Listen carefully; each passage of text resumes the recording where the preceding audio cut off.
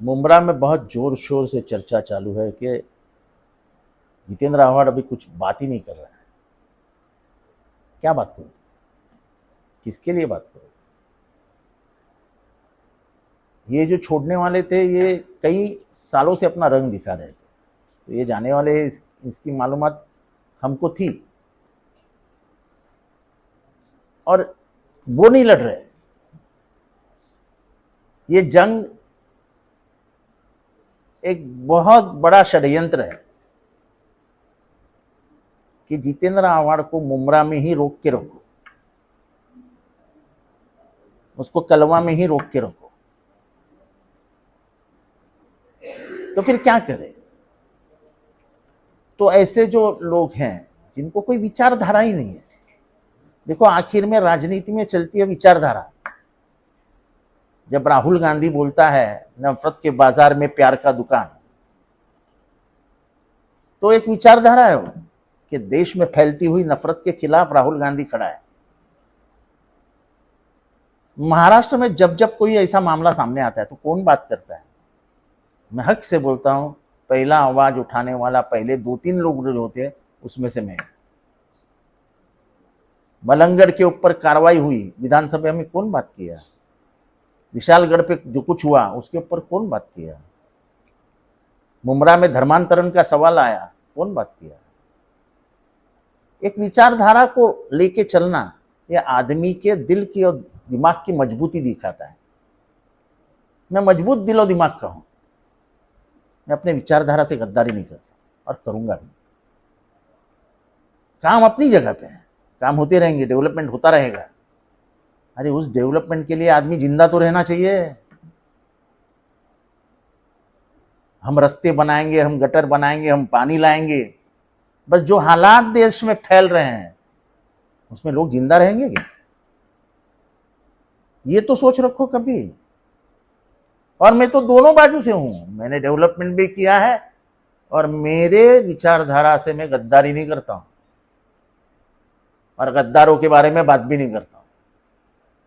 और मैंने तो कल ही कह दिया, जिसको जाना है जाओ भाई, रास्ता दिख रहा है चलो, आपको अल्लाह कामयाबी दे, खुदा तुम्हें मजबूती दे, आपकी जो दिल की तमन्ना है वो पूरी करे। और मैं क्या कह सकता हूं? मैं जिस सेक्युलरिज्म की बात कर रहा हूं वो इस देश की आत्मा है।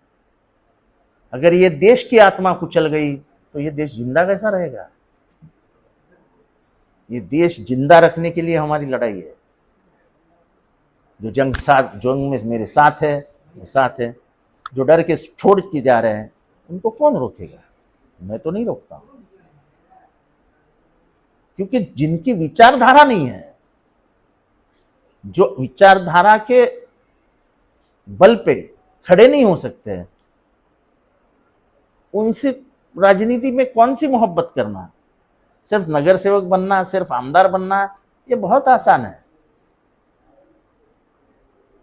अब मैं इंडिया में जाता हूं, अलायंस में बात करता हूं, महाराष्ट्र में बात करता हूं, ये सब आपकी ताकत जो मेरे पीछे खड़ी है, कलवा मुमरा के लोगों की ताकत मुझे ये सब बोलना सिखाती है।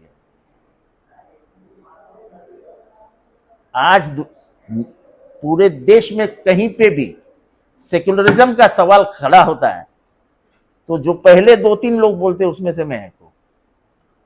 और मुझे फख्र है कि मैं मेरी विचारधारा से कॉम्प्रोमाइज नहीं करता और करूंगा भी नहीं। ये क्या चाहते हैं? ये इतना चाहते हैं कि जितेंद्र आव्हाड सिर्फ कलवा मुमरा में फंसा रहे ताकि ये महाराष्ट्र में ना घूमे। और महाराष्ट्र में जो बदलाव दिख रहा है, सांप्रदायिकता के खिलाफ जो बदलाव दिख रहा है, फिरका परस्त ताकतों के खिलाफ जो आवाज उठ रहा है, ये सिर्फ मुसलमानों से नहीं उठ रहा है, ये हिंदुओं से भी उठ रहा है। ये जो चला है ना वोट जिहाद, वोट जिहाद, वोट जिहाद, मैं मानता हूं कि 5 सीटों पे मुसलमानों का जोर है, पर 25 सीट ऐसी थी जिसपे हिंदुओं का जोर था, तो भी लाख लाख 1.5 लाख से हार गए ना।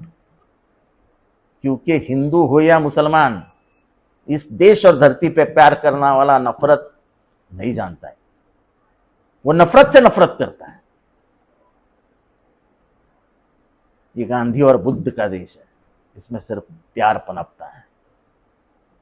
इस प्यार के वृक्ष के नीचे भारत रहा है, रहेगा, उसकी छाया में रहेगा। नफरत की कोई जगह नहीं है महाराष्ट्र में, भारत में, मुंब्रा में, कलवा में। आपको जहां जाना है जाइए, पर झूठ बात मत करिए। आपने जिसका हाथ थामा है वो बीजेपी के साथ है, वो आज बीजेपी के सरकार में उप मुख्यमंत्री है। हिम्मत है तो बोलो मैं उनके साथ हूं। नहीं, हमने सेक्युलरिज्म नहीं छोड़ा है। हम कहां बीजेपी के साथ है, तो फिर किसके साथ हो ये तो बताओ। फोटो कैसे लगते हैं तुम्हारे आजू बाजू में? ऊपर नरेंद्र मोदी, नीचे बाजू में अमित शाह, नीचे देवेंद्र फडणवीस, एकनाथ शिंदे और अजित पवार। तो ये क्या दर्शाता है? तो तुमको जिस रास्ते पे जाना है जाओ, लेकिन जिस रास्ते का स्वीकार करते हो हिम्मत से बोलो कि हाँ हम इस रास्ते से जा रहे हैं। लोगों को अंधा मुक्का बहरा मत समझो।